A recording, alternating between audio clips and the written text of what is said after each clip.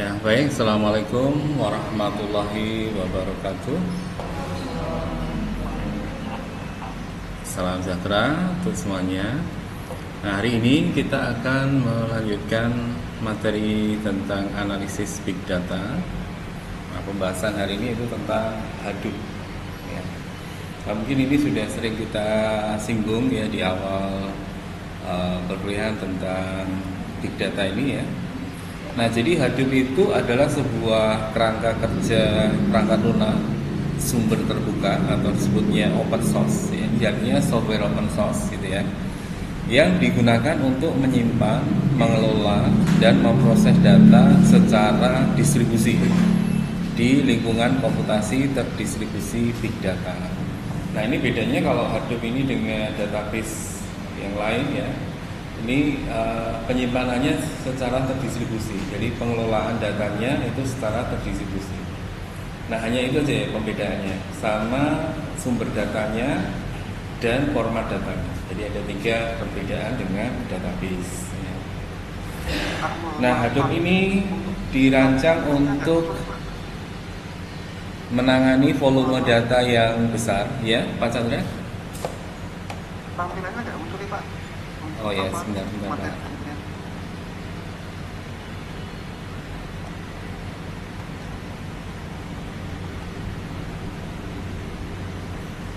Ya, ini ke pause ini Pak.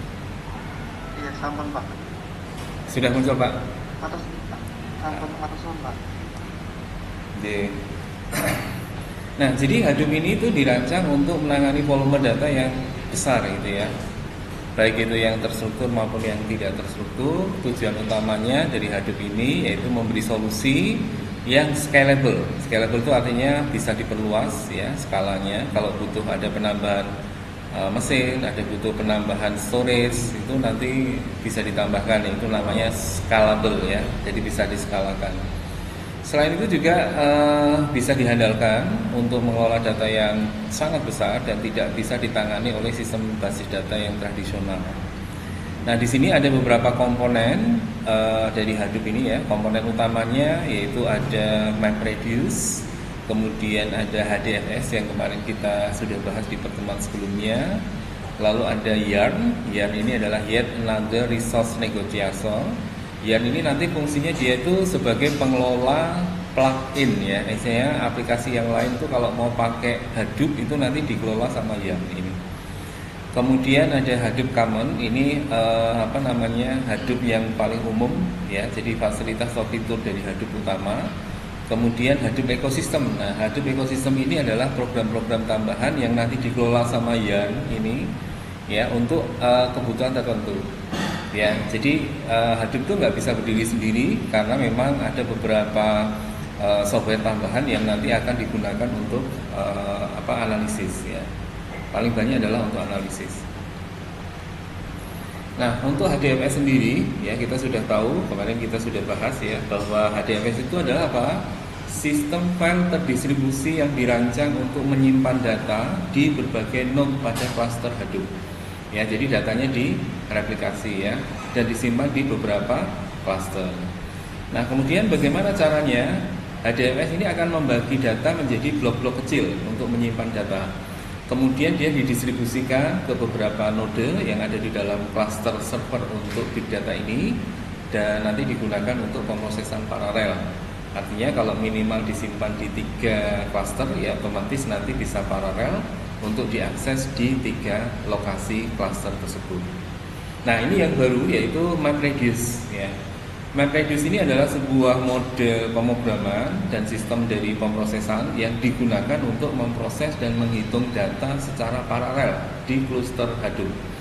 Nah, jadi nanti MapReduce itu tujuannya adalah mencari mana-mana data yang sama, di mana data yang sama itu cukup sekali nanti diakses atau ditampilkan. Ya, tujuannya supaya untuk mereduksi. Jadi namanya adalah MapReduce, maka nanti ada mapping, kemudian ada reducing, kemudian nanti ada indexing. Ya, kita bahas nanti khusus ya di MapReduce.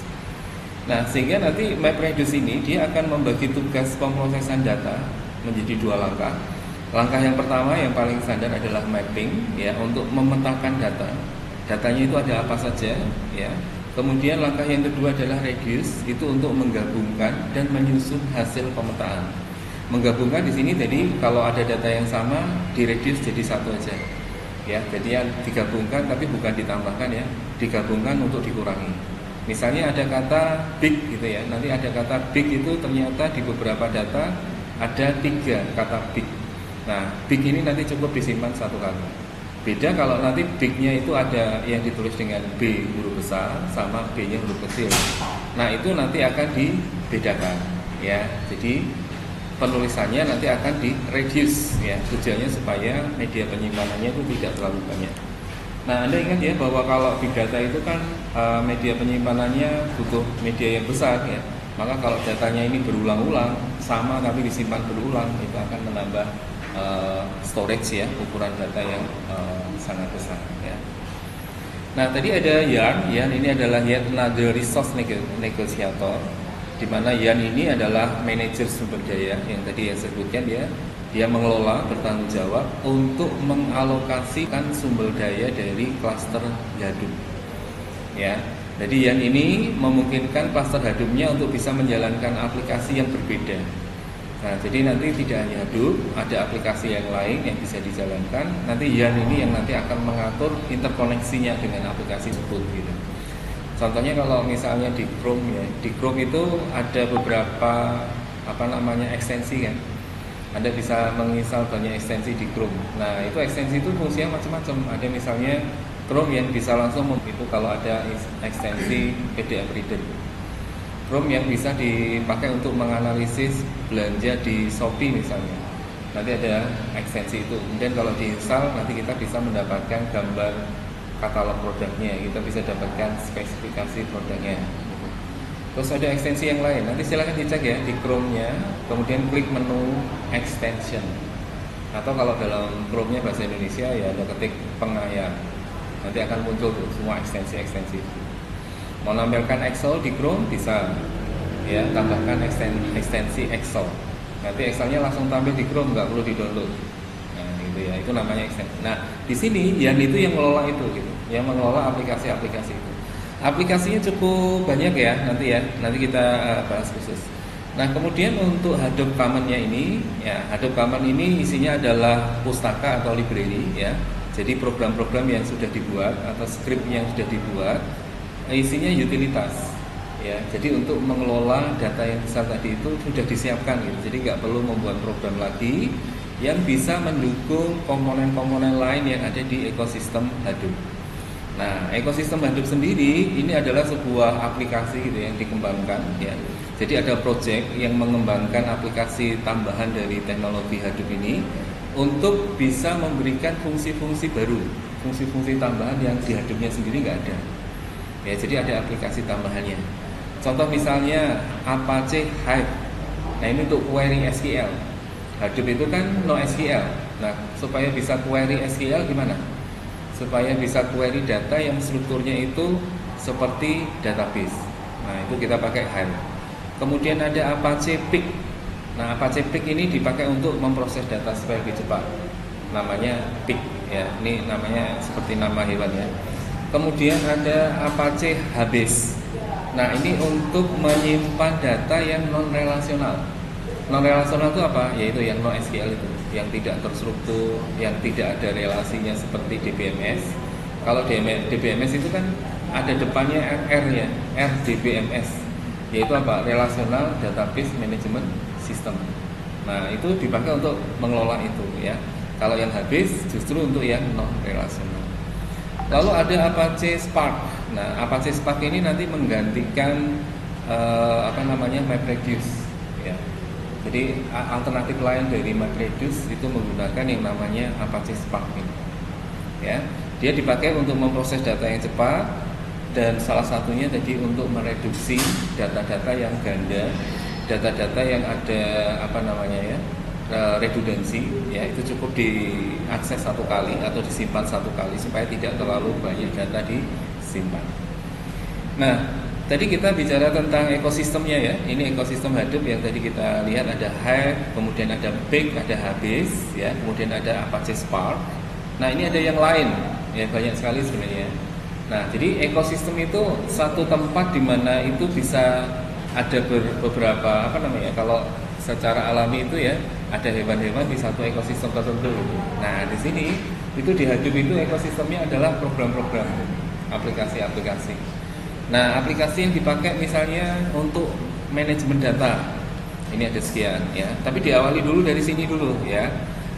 Pertama adalah data storage-nya, yaitu untuk menyimpan data. Ada dua. Yang kemarin kita sudah bahas ada HDFS, ya. Kemudian yang tadi habis itu yang untuk non relasional.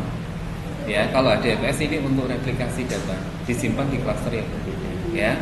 Nah, untuk HDFS-nya dia pakainya MapReduce, kalau yang habis dia pakainya YARN. Ya. Nah, kemudian MapReduce ini tujuannya untuk apa? Untuk manajemen cluster. Jadi di cluster itu kalau ada data yang sama disimpan satu kali aja. Ya tadi ya di Reduce, nanti kita berikan contohnya ya, gimana caranya menyimpan data itu cukup satu kali aja. Ya.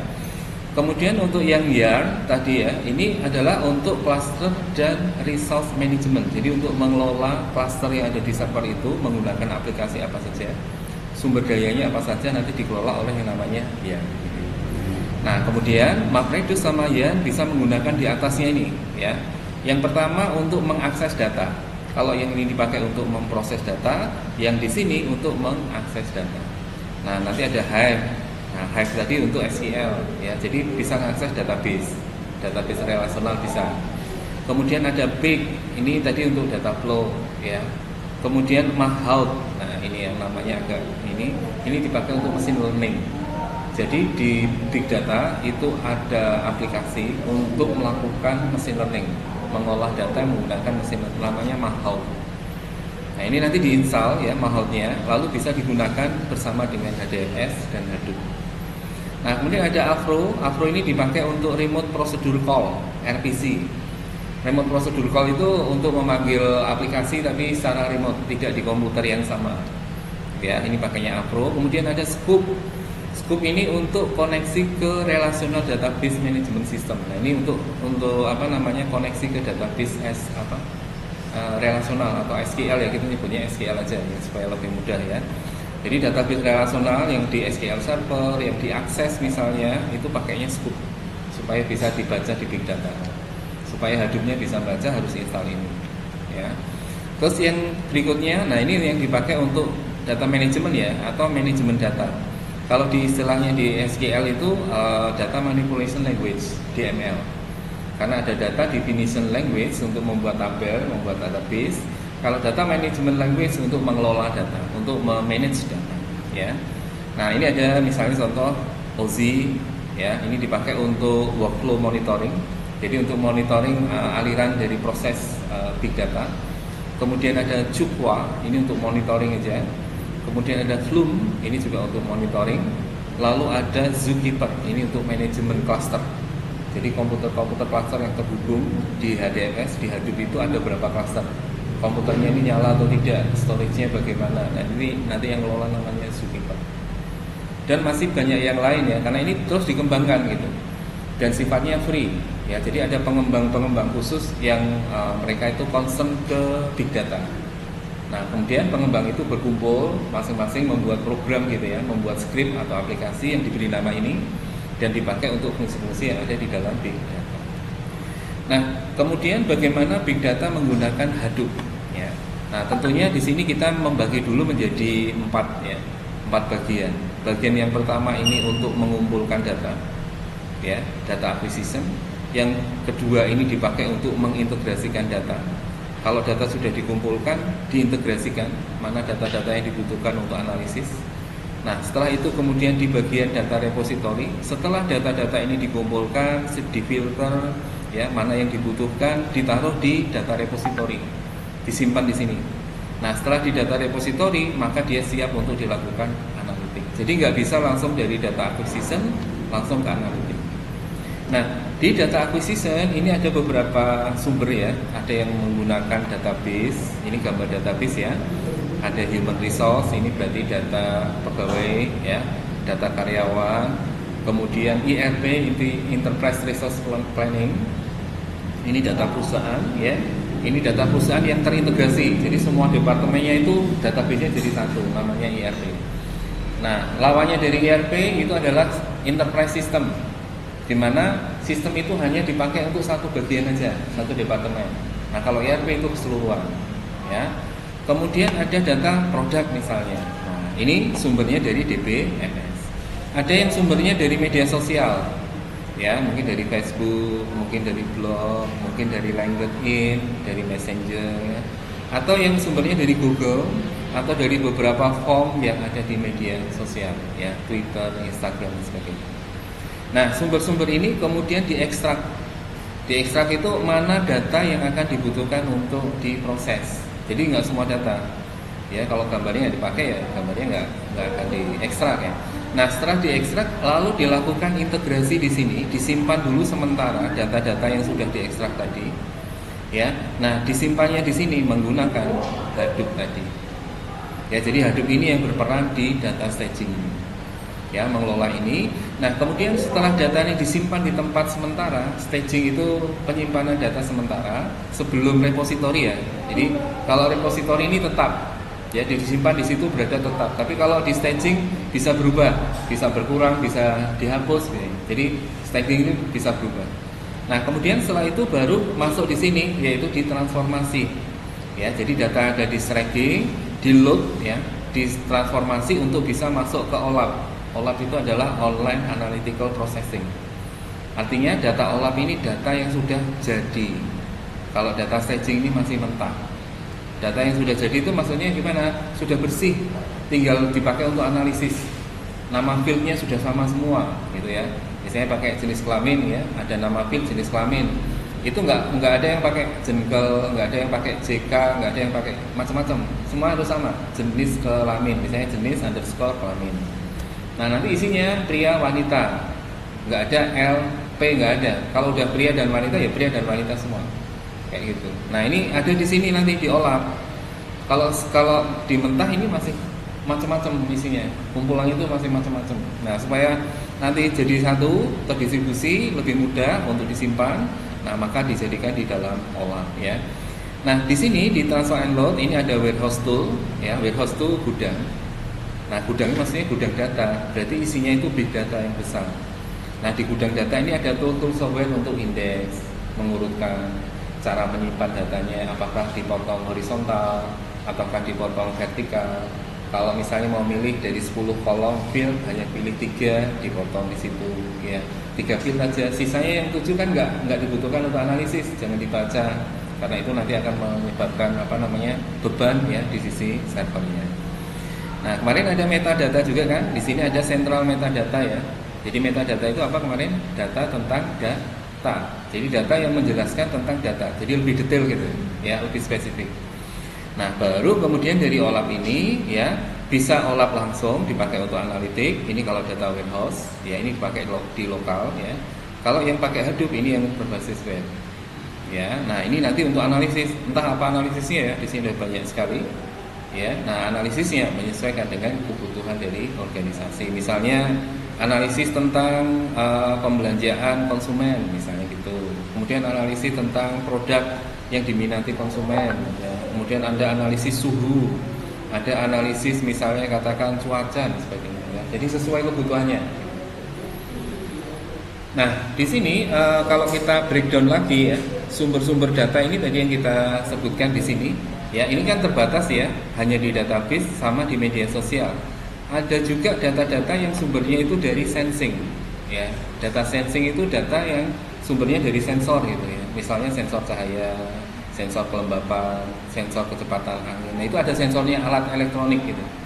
Nanti menghitung, setelah dihitung ditransfer ke sini. Nah, supaya bisa dianalisis harus muncul angka. Ya, kalau sensor itu kan besaran analog, misalnya panas gini-gini. Ruangan ini dingin misalnya, ya.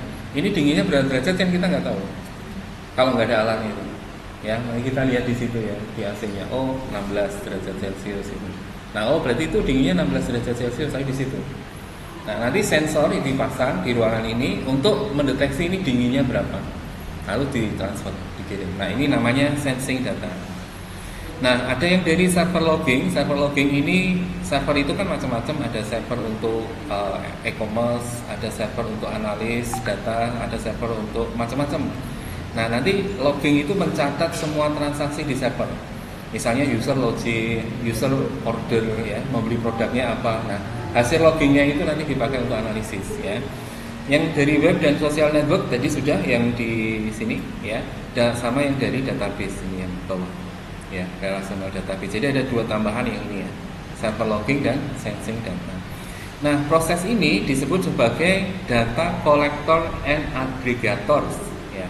Data collector itu artinya apa? Mengumpulkan data sebagai pengumpul data, kolektor, dan agregator membuat agregasi sebagai pengagregat data.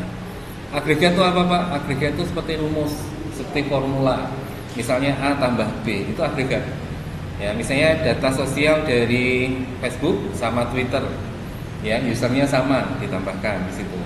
Ya, dari user ini, Facebooknya ini postingannya, terus kemudian dari Instagram atau dari Twitter ini. Nanti disandingkan buat dua kolom. Facebook, Instagram, Twitter. Datanya ini, yang ini, yang ini. Nah, itu contoh formula agregat.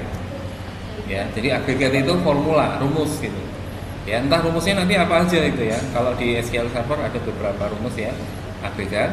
Nah, kemudian di sini baru dilakukan dari sumber data ini dilakukan data analitik ya. Tapi sebelum melakukan analitiknya ada data analitik platform. Ya, platform itu kumpulan hardware dan software yang memberikan layanan tertentu, itu namanya platform ya.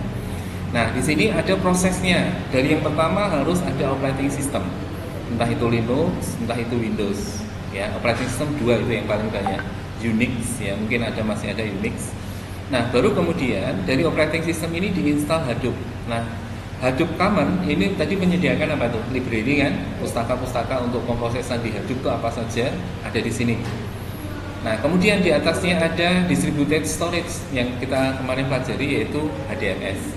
Jadi media penyimpanan yang membagi menjadi blok-blok kecil, kemudian blok-blok kecilnya direplikasi di klaster node yang berbeda. Tujuannya supaya untuk apa? Fault toleransi terhadap kesalahan. Nah, kemudian dari HDFS ini direduce. Direduce itu tujuannya supaya apa? Tadi kalau datanya disimpan terlalu banyak, padahal datanya sama, kan berarti akan menyebabkan apa? Redundansi data.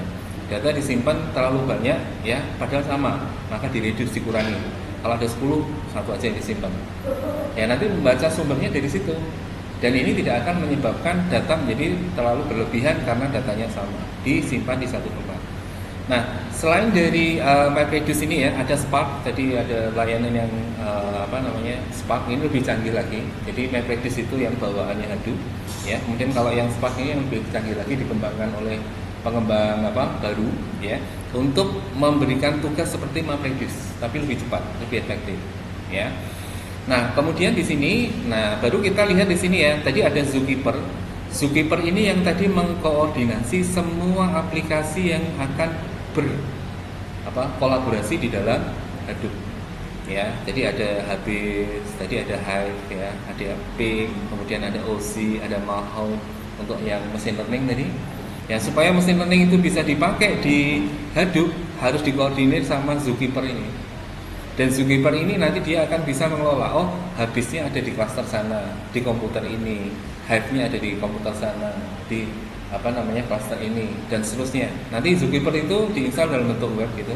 Nanti bisa dilihat nih komputer-komputernya, node-nya. Node ini ada aplikasi apa, node ini nanti ada aplikasi apa, dan itu bisa digunakan. Ya. Nah, baru setelah data analitik platform, ya ini prosesnya, baru dilakukan yang namanya analytic resulting ya. Jadi ini proses analisa yang dilakukan. Ya, kalau ini prosesnya menyiapkan data, bagaimana data itu siap untuk dianalisis, di sini prosesnya. Nah, prosesnya di sini disebut dengan data delivery subsystem. Ya, bisa misalnya di delivery ke web. Jadi nanti tampil di web datanya ini. Ya. Analisis misalnya keranjang belanja pakai market basket analisis, nanti tampilnya di web. Terus dipakai hanya untuk analitik di lokal komputer gitu ya. Jadi datanya diambil dari sini, kemudian dianalisa di lokal komputer. Atau bisa juga untuk reporting, menampilkan hasil dari data ini. Mau menampilkan apa? dalam bentuk grafiknya, atau dalam bentuk P-nya, atau dalam bentuk data tabular misalnya. Nah, nanti bisa ditampilkan di bagian reporting. Ya, dan ini untuk yang lain juga masih banyak ya. Jadi masing-masing sesuai kebutuhan. Kalau tadi ada data besaran suhu ya, kecepatan angin, nah itu analisis untuk itu ya. Supaya bisa prediksi misalnya nanti bulan depan itu tanggal sekian itu akan terjadi banjir misalnya. Nah, itu pakai ini ya, dianalisis gitu. Kalau nggak ada data sebelumnya nggak bisa, harus ada data sebelumnya. Nah, kemudian bagaimana cara kerjanya Hadoop? Cara kerja dari Hadoop itu dia memanfaatkan HDFS yang tadi ya, dan dia juga melakukan pemrosesan paralel untuk mengatasi tantangan data skala besar yang terkait dengan analisis big data. Paralel itu maksudnya apa? Karena kalau data hanya disediakan di satu tempat atau satu lokasi saja, kemudian diakses bersama-sama gitu ya. Nah, itu akan membebani server. Makanya harus dilakukan yang tadi namanya apa? Replikasi untuk pemrosesan paralel. Ya, kemarin kita sudah bahas ya. Nah, kemudian di dalam model pemrograman MapReduce ini dianggap cukup kompleks oleh beberapa pengembang. Dan seiring dengan waktu, proyek seperti Apache Spark ini yang menggantikan MapReduce tadi muncul sebagai alternatif yang lebih cepat dan ekspresif. Jadi yang sudah saya sebutkan ya. Jadi Apache Spark ini menggantikan MapReduce. Ya, tapi alternatif, artinya MapReduce masih bisa digunakan gitu ya, selain daripada Spark. Nah, Hadoop tetap nanti akan menjadi dasar ya untuk penyimpanan dan manajemen big data dalam berbagai proyek dan ekosistem big data. Jadi Hadoop selalu dipakai, nggak ada yang lain gitu. Tapi untuk sub aplikasinya bisa menggunakan aplikasi yang lain. Nah, kemudian bagaimana cara kerja Hadoop itu berdasarkan dua komponen utamanya. Tadi ada HDFS sama MapReduce atau Spark ya, tinggal pilih salah satu ya. HDFS MapReduce atau HBase Apache Spark. Nah, sekarang cara kerjanya Hadoop. Hadoop Distributed File System itu yang pertama dia lakukan adalah membagi data dulu. Ya, data dibagi jadi blok kecil. Kemarin sudah kita bahas ya, 128 atau 256 atau 512 ya, tergantung ya. Jadi kalau filenya itu besar dibagi berapa kemarin? 128 ya, 512 bagi 128 ada 5 kemarin ya. Nah, itu dibagi dulu di sini ya. Jadi dibagi dulu datanya. Kemudian blok-bloknya ini nanti didistribusi ke node yang lain di cluster Hadoop yang berbeda ya. Jadi direplikasi. Kemarin yang warnanya putih itu ya. Warna putih itu bisa dibagi di beberapa tempat gitu. Nah, itu bloknya ya. Nah, setelah datanya ini dibagi, kemudian dilakukan replikasi. Nah, proses pembagian tadi itu sebenarnya sudah replikasi ya. Setiap blok data secara defaultnya akan direplikasi di beberapa node cluster, minimum 3. Umumnya 3. 4 bisa, 5 bisa, 6 bisa. Nah, kenapa harus 3? Ketika satu rusak masih ada 2. Dan 2 itu minimal ya untuk bisa tadi paralel. Yang namanya paralel nggak mungkin 1. Nah, supaya bisa paralel minimal 2. Kalau 1 ya berarti nggak paralel. Ya. Jadi kalau 3 aktif semua ya paralelnya maksimal. 4 aktif semua ya paralelnya maksimal. Ya, artinya bisa lebih cepat, bisa lebih banyak yang ditangani ya. User yang butuh data itu bisa lebih banyak yang menangani ya, kayak di itu ya, loket gitu ya. Jadi kalau loket antriannya cuma 1 itu mengular sampai ke belakang. Kalau loketnya ada 10, antriannya dipecah. Nah, ini juga sama. Supaya paralel ya antriannya dipecah, yang memberi layanan dipecah, tidak hanya 1-2 aja ya. Nah, ini tujuan untuk replikasi data ya. Nah, replikasi data tadi untuk meningkatkan kehandalan dan ketersediaan data ya, sudah kita pelajari sebelumnya. Nah, kemudian ada manajemen metadata. Jadi setelah data dibagi, direplikasi, kemudian metadatanya ini dikelola oleh Nemnode. Nah, kemarin ya, metadata itu isinya data tentang data. Ketika HDFS client itu membutuhkan data tertentu, Nemnode nanti akan memiliki yang namanya metadata storage. Nah, metadata ini ya isinya itu informasi detail tentang data. Nah, yang dibutuhkan oleh klien itu data yang mana? Nanti Nemnode-nya yang akan mengirim ke data node. Nanti data node-nya akan melihat data itu di mana disimpan, kemudian diserahkan lagi ke Nemnode, baru kemudian diberikan ke HDFS client atau pengguna yang mengakses data itu melalui Nemnode. Ya, pertemuan kemarin itu yang HDFS ya. Nah, kemudian yang berikutnya adalah skalabilitas. Nah, ini ya. Jadi skalabilitas ini kelebihan yang lain ya. Kita bisa menambahkan data dengan mudah. Ya, bahkan kita bisa nambahkan node. Jadi storage-nya itu hot swap namanya. Istilah hot swap itu kalau ada 10 hard disk gitu ya dipasang di sini, ada satu hard disk yang rusak, hard disk itu diambil. Nggak usah mematikan komputer. Itu namanya hot swap. Jadi diambil, kemudian diganti sama hard disk baru. Komputernya juga nggak perlu dimatikan, langsung dipasang ke rak itu.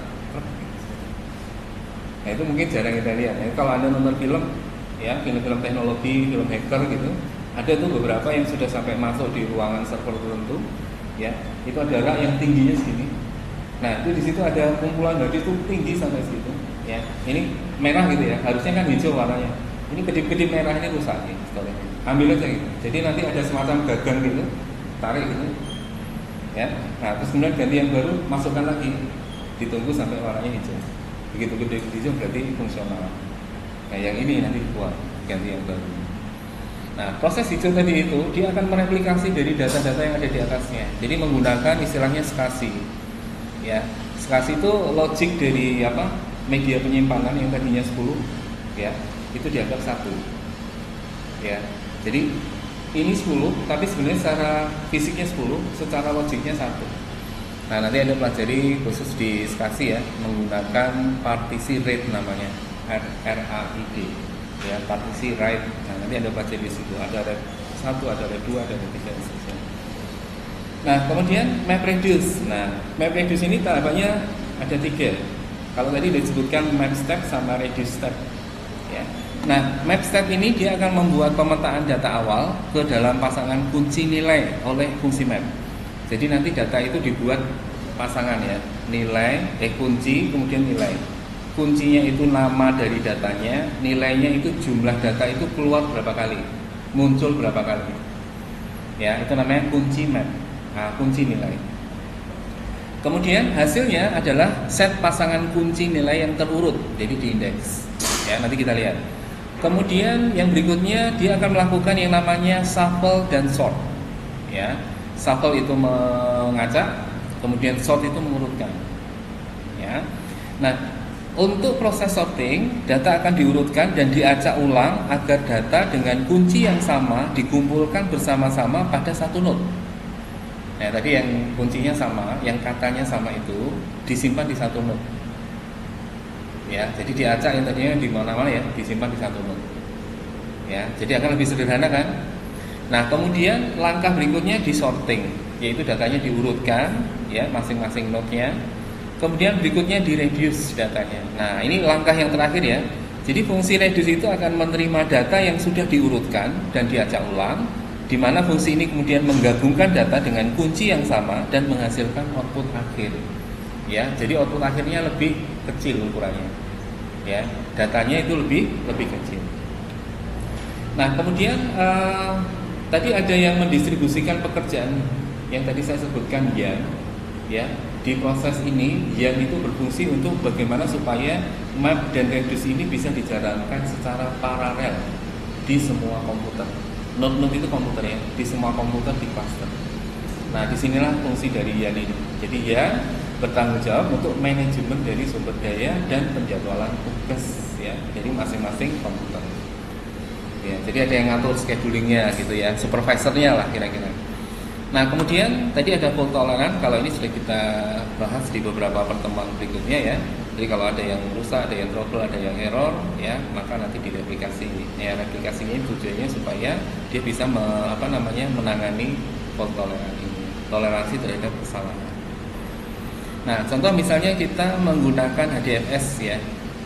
Ini cara kita menggunakan HDFS. Perintahnya masih di Linux. Ya, ini bahasa sistem operasinya Linux. Misalnya di langkah pertama mau masukkan data ke HDFS. Jadi kita mau upload ke data ke HDFS. Klien itu mau upload. Nah, untuk upload file ke HDFS, kita berikan perintah yaitu fs-put. Put itu seperti menaruh gitu ya. Nah, menaruh tapi menaruhnya ini di server. Ya, menaruhnya di komputer server. Artinya kita melakukan apa? Mengunggah file.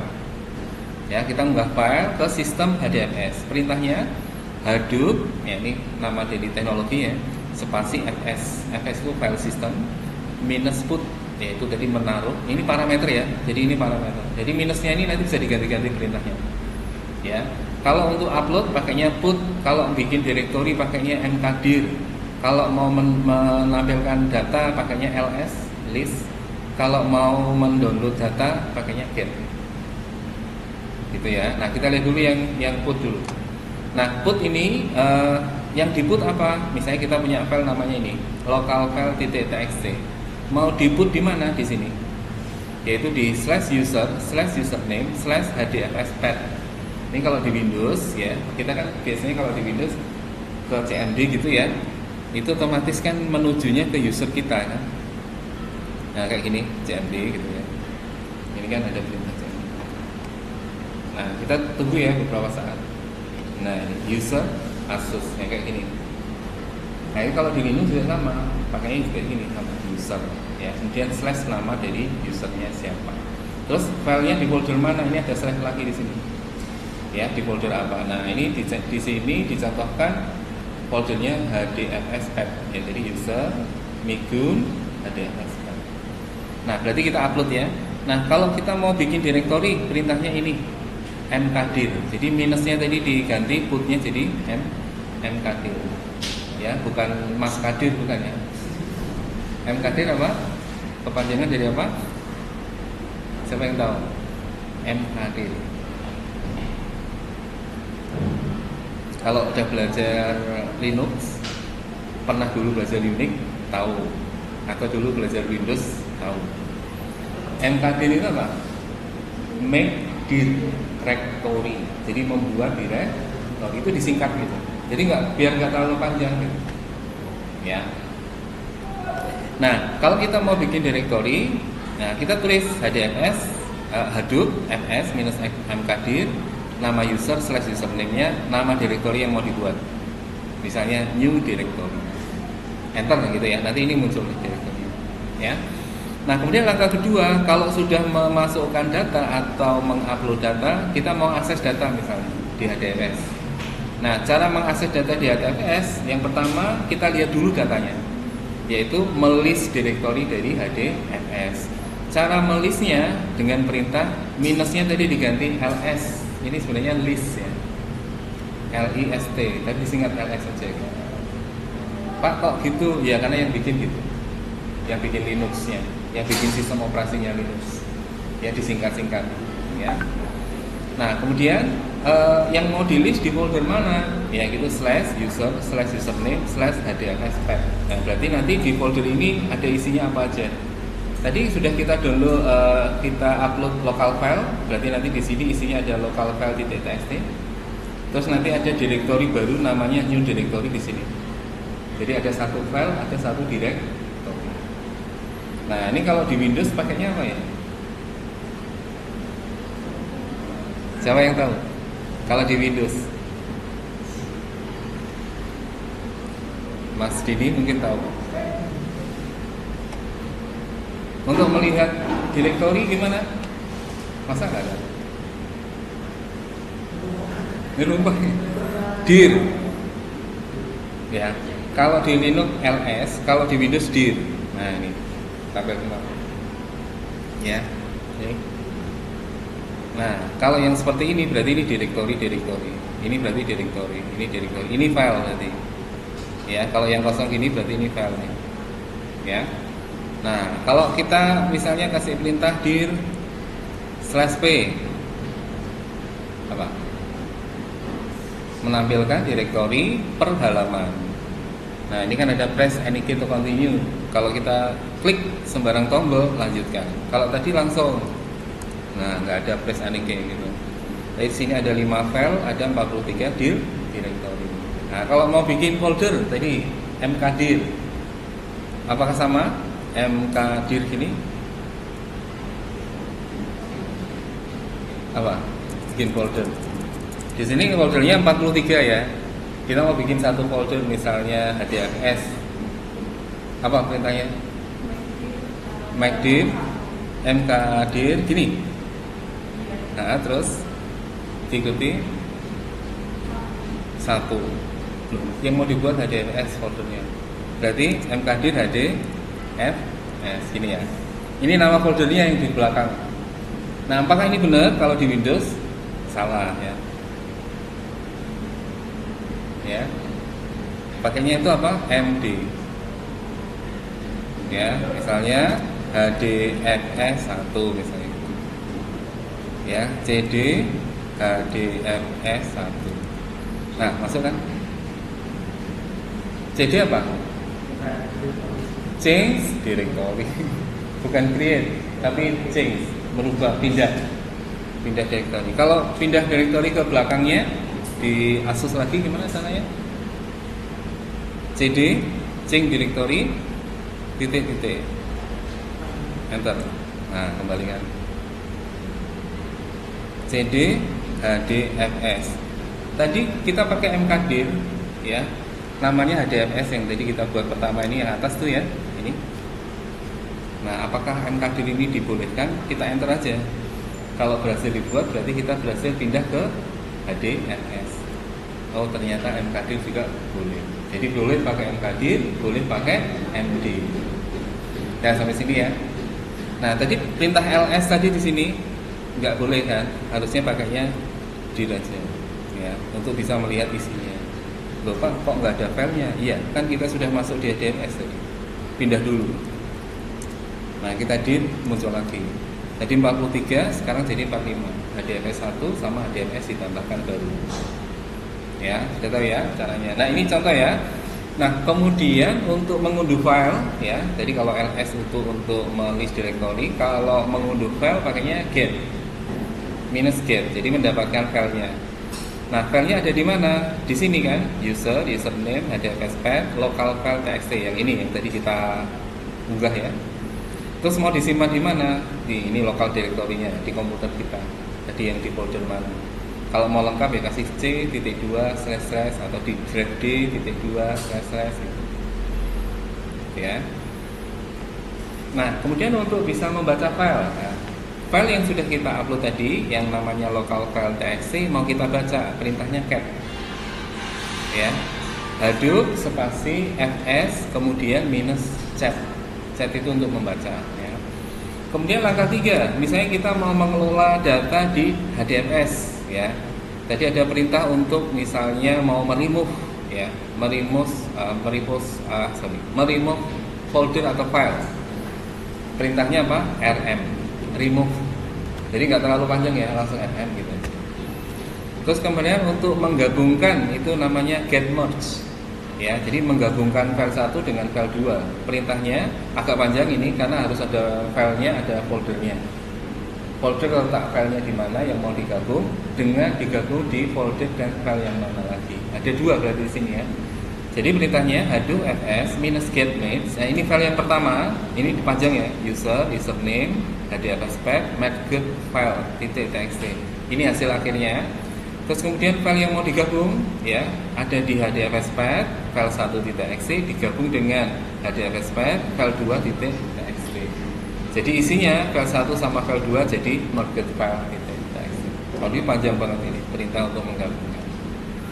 Tapi ini yang sederhana ya. Jadi nanti datanya kan macam-macam ini, nggak hanya teks ini, nanti ada gambar, ada tuh perintahnya di lain-lain lagi. Ya.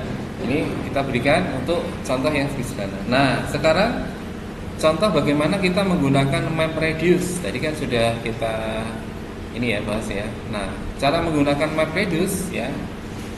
Anggaplah kita punya sebuah koleksi besar teks yang ingin kita proses untuk menghitung frekuensi kemunculan kata-kata yang unik. Jadi kita mau menghitung kemunculan kata-kata yang unik. Nah, penggunaan dari MapReduce ini bisa membantu kita untuk melakukan tugas ini secara efisien di lingkungan terdistribusi.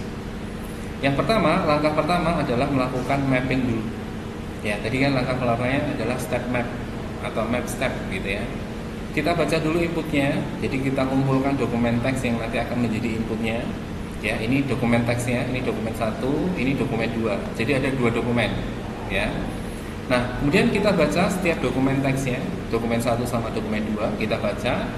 Kemudian kita bagi teksnya menjadi kata-kata. Jadi kalimat ini ya, ini teksnya di dokumen 1 kayak gini.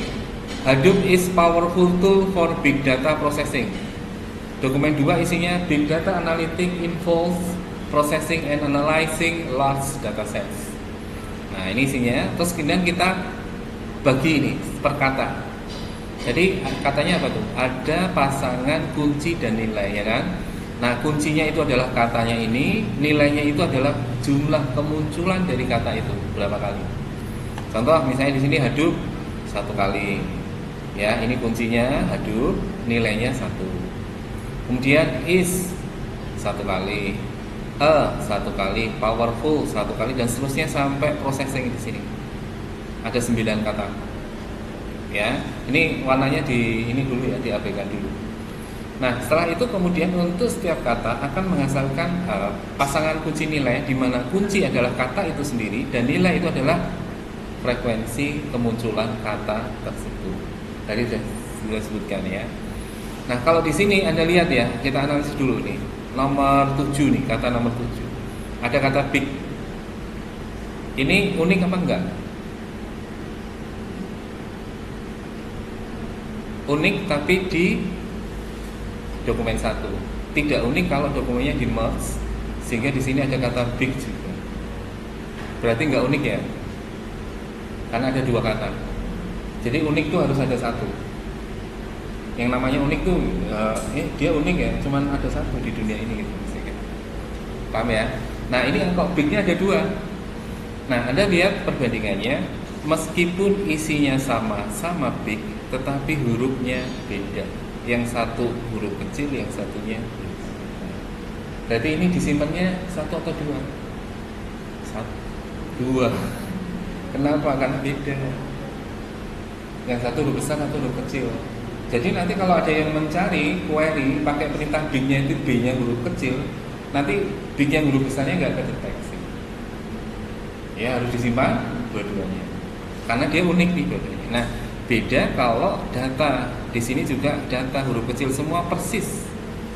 Ya, maka di sini hanya akan disimpan 1 kali karena ada di dokumen 1 dan di dokumen 2. Ini juga sama processing, ini juga processing sama persis ya. 9 sama 14. Ini sama persis. Nah, nanti ini juga dipakai untuk gambar juga. Ini kalau gambarnya sama simpel sekali. Anda bayangkan kalau itu file video. File videonya sama, isinya hampir sama, kapasitasnya misalnya 500 MB. Nah ini kalau direplikasi di 3 cluster di node yang berbeda, berarti kan 1,5 GB. Besar sekali kan? Lah kalau ini nanti ada file lagi yang lain, berarti sekian giga lagi, banyak sekali.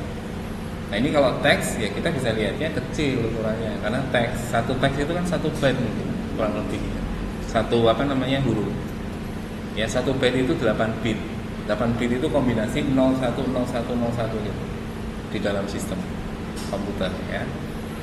Nah, langkah berikutnya yaitu yang kedua, shuffle and sort, di mana sistem akan mengumpulkan dan mengurutkan pasangan kunci nilai berdasarkan kunci atau kata yang ada.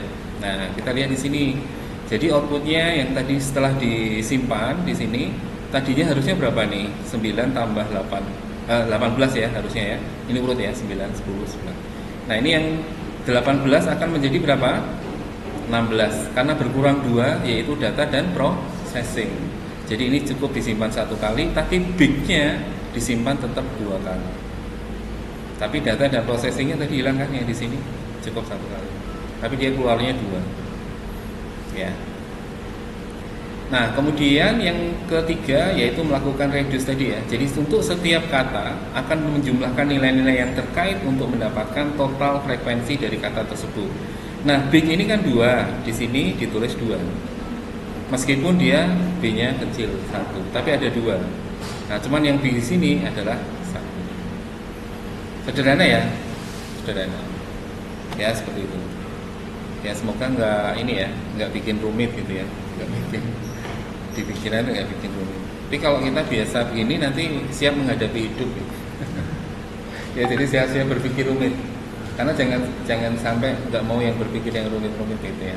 Siap menghadapi hidup. Jadi nggak stres gitu. Oh sudah biasa nih kayak gini. Ya karena sudah biasa berpikir yang rumit. Loh Pak ini belum rumit Pak, itu sederhana. Ya itu betul sekali ya. Ini masih sederhana, belum. Tapi kalau sudah ke machine learning nah itu ya, ke deep learning nah itu nanti jadi lebih rumit lagi. Oke, mungkin sampai sini dulu. Ada pertanyaan silakan. Sebelum saya masuk ke komponen tambahan dari Hadoop. Jelas ya? Sudah jelas ya? Nah nanti kalau untuk gambaran misalnya Itu untuk gambar gimana Pak? Untuk video Pak sama. Cuman analisisnya beda. Kalau ini kan hurufnya. Nanti video itu nanti apa namanya segmen-segmennya, matrik-matriknya. Nah, nanti analisisnya beda lagi. Ya. Nanti kalau misalnya udah apa namanya sudah terjun ke sini ya kerja, ikutin seniornya, nanti akan diarahkan. Ini analisisnya nanti pakai ini ya softwarenya. Nah, oh itu dulu yang diajarkan Pak. Itu ya. Oke, nah sekarang komponen tambahan Hadoop ya. Jadi komponen tambahan Hadoop ini adalah software tambahan yang dimana nanti akan didampingkan dengan Hadoop untuk fungsi-fungsi tertentu. Yang pertama ada Apache Hive ya. Nah, Apache Hive ini adalah platform dari data warehousing yang memungkinkan proses query dan analisis data menggunakan SQL-like language. Maksudnya apa? Di sini Apache Hive itu nanti dia bisa membantu gini. Kalau misalnya saya mau query pakai SQL Server, perintah SQL Server itu bisa. Tadinya nggak bisa kalau hanya Hadoop saja, kalau HDFS saja. Karena dia sifatnya apa? No SQL ya, not only SQL, tidak terstruktur datanya. Nah, kalau datanya disimpan di tempat yang terstruktur, memang di situ servernya itu besar banget. Dia pakainya database SQL Server gimana? Pakainya ini, Hive. Oh dia pakainya Oracle, ya nanti pakainya Hive. Karena apa? Bentuknya sudah terstruktur. Nah big data sendiri nggak terstruktur sebenarnya paling banyak. Nah harus ada aplikasinya, ya. Terus yang kedua adalah Pig. Pig ini dipakai untuk membuat script yang bisa digunakan untuk menjalankan pemrosesan data yang kompleks di Hadoop. Ya, jadi bisa buat program, bisa bikin script. Nah, buat programnya pakainya Apache Pig. Itu. Jadi ngatur prosesnya gitu kan. Ya, habis proses ini, nanti script lagi proses ini, nanti setelah itu proses ini. Misalnya mau query dulu ke sumber data media sosial, baca medianya, nanti ada perintahnya gitu untuk baca media sosialnya. Apa Facebook? Ya, Facebook scraping. Ya, nanti ada scriptnya, baca sana. Setelah datanya dibaca, datanya dapat. Langkah berikutnya, datanya disiapkan dulu di data warehouse, digudangkan dulu. Masukkan ini. Nanti script berikutnya untuk analisis yang sudah bersih masukkan di OLAP, nah nanti dianalisis di sini. Jadi Pig untuk mengelola itu prosesnya. Itu ya. Nah, kemudian ada lagi HBase tadi ya. HBase ini adalah basis data yang NoSQL memang yang dirancang untuk menyimpan dan mengelola data terdistribusi di atas Hadoop. Dia punya kemampuan akses langsung ke data. Nah, ini jadi direct. Nggak perlu ODBC. Kemarin kita bahas ODBC ya, Open Database Connectivity. Itu di e-commerce ya. Jadi di sistem komputer itu kalau database-nya beda, aplikasi yang membaca database yang berbeda itu butuh middleware. Middleware itu apa? Middleware itu tugasnya dia ketika aplikasi ini mengakses data yang formatnya beda, nanti dia akan membuat konfigurasi supaya bisa membaca format data itu. Setelah itu datanya dikonversi untuk bisa dibaca di aplikasi. Contohnya misalnya gini, aplikasi pakainya SQL Server, terus mau baca MySQL, nggak bisa, kan aplikasinya sudah pakai database SQL Server. Nah butuh middleware. Nanti middleware ini yang akan merubah data ke MySQL sana untuk bisa baca data MySQL kemudian dipindah. Tapi dikonfigurasi dulu ya. Ini di middleware-nya dikonfigurasi dulu. Nah, habis ini ya semacam itu. Semacam middleware ya. Kemudian ada Apache Spark. Apache Spark ini adalah proyek dari Hadoop asli gitu ya. Di mana Apache Spark ini digunakan bersama Hadoop untuk pemrosesan data yang cepat dan analisis data di memori. Ini menggantikan MapReduce tadi. Ya. Kemudian ada Apache Flume. Apache Flume ini untuk mengumpulkan, mengagregasi, ya, membuat rumusan tadi ya, agregat, mentransfer data yang besar dari berbagai sumber ke Hadoop. Nah, jadi kalau database-nya beda-beda, sumbernya dari beda-beda, itu pakai Flume. Ya, kalau database yang SQL tadi ya, yang query pakainya HBase.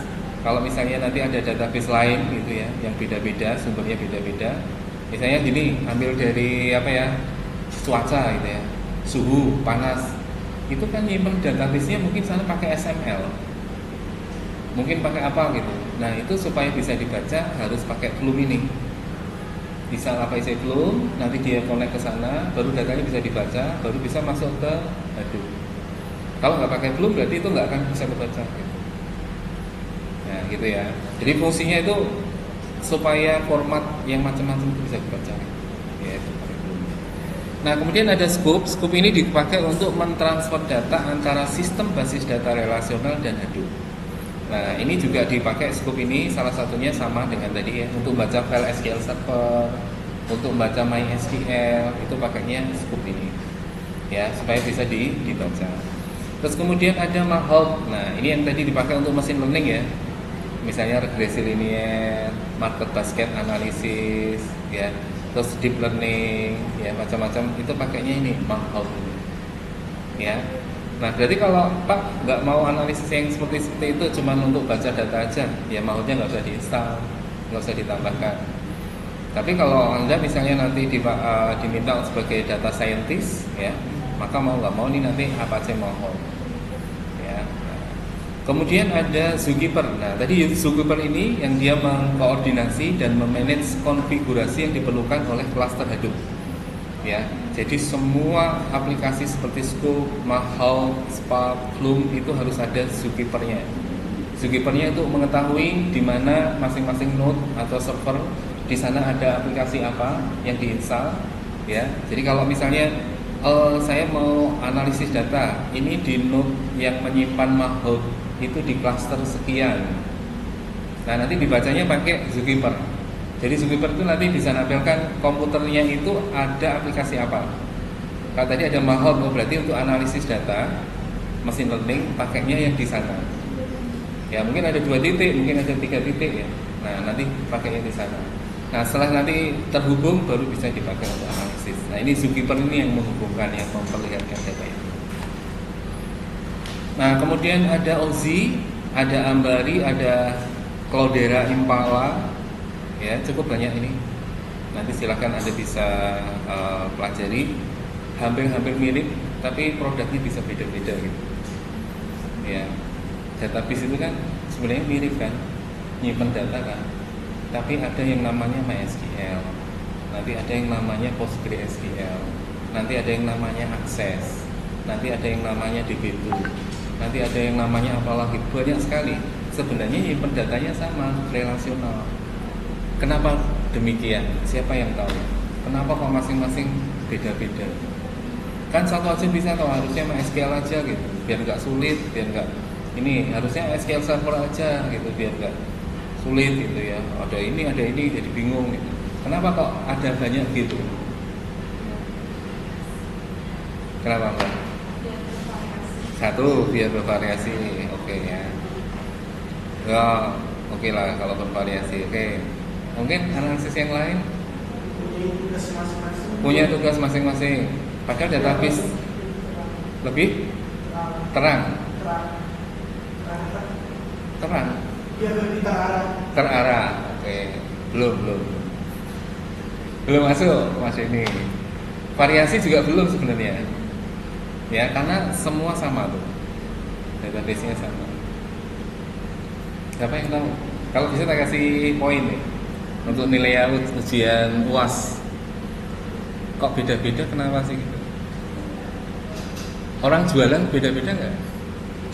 Beda-beda, jualannya sama tapi penjualnya beda-beda, ada yang kecil, ada yang besar ya. Ya tadi sama, sesuai anak. Tadi loh, saya bilang UMKM itu kok jualannya sama jualan tapi beda-beda kan?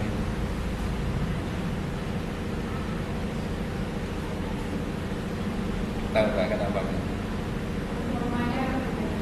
Hah? Performa boleh termasuk di dalamnya, tapi kecil. Ya, kecil. Jawabannya adalah aplikasi itu kan multi vendor. Paham maksudnya? Kenapa ada Windows? Anda tahu kalau Windows tuh kok banyak ya pakai Windows, jarang yang pakai Linux gitu. Padahal ada Linux, itu sama-sama sistem operasi. Nah kalau database juga sama, vendornya beda. Ya tadi orang jualan, sama-sama jualan bakso, ya si A jualan bakso, si B jualan bakso, kan dia produknya beda-beda. Ada bakso beranak, ada bakso urat, ada bakso ini, bahkan sama pun juga ada ya. Ya, kalau agen kan sama. Agen kan jualan produk yang sama. Sudah paham nggak sini? Paham. Contoh, SQL Server itu produknya siapa? Produk dari mana? Bill Gates kan, punya Microsoft kan, SQL Server. DB2 itu database juga. Itu produk siapa? IBM. IBM. Terus ada lagi PostgreSQL. Itu dari mana? MySQL. Itu dari semua database. Vendornya beda-beda. Nah, kalau mau pakai SQL Server berbayar. Kalau pakai MySQL komunitas free gratis. Anda bisa pakai itu yang gratis. Nah, tinggal pilih. Kalau perusahaannya sudah pakai SQL Server, maka lisensi penggunaan database-nya dia harus berbayar ke Microsoft. Kalau pakainya MySQL tidak berbayar gratis, tapi tidak ada yang namanya jaminan untuk penggunaannya. Ya, tapi selama ini ya fine-fine aja gitu ya. Tapi kalau SQL Server ada garansi. Ya, ada garansi penggunaannya. Kalau membeli ada garansi penggunaannya. Kayak gitu. Nanti DB2 ada lagi nanti yang PostgreSQL lagi. Banyak sekali database-nya. Ya, nah tujuannya supaya ya tadi bervariasi, ya kita bisa milih yang mana. Karena nanti bahasa programnya itu juga berpengaruh. Kalau pakainya SQL Server, bahasa pemrograman dari Microsoft, Visual Basic.net, C#.net, ASP.net, itu baru bisa pakai SQL Server. Kalau mau pakai MySQL juga bisa, tapi butuh middleware tadi yang konversi, kira-kira seperti itu. Ya, ini untuk pengetahuan aja ya terkait dengan big data. Ya, mungkin ada pertanyaan, silakan jika ada pertanyaan untuk materi hari ini. Ini manfaat Hadoop, silakan nanti bisa dipelajari ya, sama ya kemarin sudah saya jelaskan di pertemuan yang lalu. Ini simpulan-simpulan dari penggunaan Hadoop tadi ya. Terima kasih. Kalau tidak ada pertanyaan, saya akhiri ya. Semoga tidak tambah pusing ya, tidak tambah sedikit-sedikit aja gitu. Kalau belum, udah biarin aja dulu gitu ya. Oh itu gitu ya, itu gitu. Nah nanti kalau memang minat, baru kemudian baca-baca gitu. Ya, oh ini yang kemarin ini gitu ya. Jadi diterima aja dulu gitu ya. Toh nanti ujian kan keluar. Tapi ingat gitu, itu apa? Oh di materi ini, itu apa di materi ini?